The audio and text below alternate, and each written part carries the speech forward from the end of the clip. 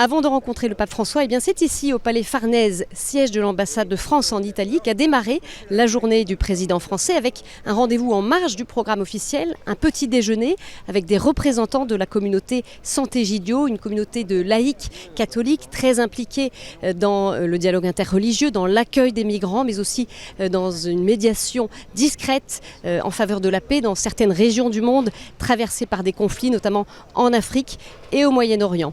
Alors durant ce rendez-vous d'un peu moins d'une heure, avec notamment la présence de quelques membres de la délégation présidentielle, beaucoup de sujets ont été mis sur la table. La situation des couloirs humanitaires qui semble un modèle intéressant à développer à l'échelon européen, la paix, avec notamment la situation en Centrafrique, mais aussi le dialogue interreligieux. À l'issue de ce rendez-vous, une déclaration publique a été faite par Marco Impagliazzo, président de Sant'Egidio, ainsi qu'Andrea Riccardi, fondateur de la communauté. On écoute un extrait de leurs propos. Mes impressions personnelles sont les impressions d'un homme qui écoute, d'un homme qui garde les problématiques du monde, très attentif au dialogue. C'est un homme qui veut bâtir une vision, mais convaincu qu'il faut la bâtir ensemble et dans une manière plurielle.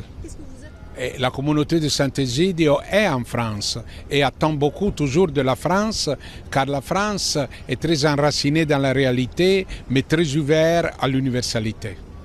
Un incontro molto interessante che abbiamo preparato in questi ultimi mesi, soprattutto sui temi della stabilizzazione dell'Africa e dello sviluppo dei paesi africani, soprattutto della gioventù africana e dei piani sull'educazione che possano permettere agli africani di rimanere nel loro paese e di lavorare per il benessere e per lo sviluppo dei loro paesi.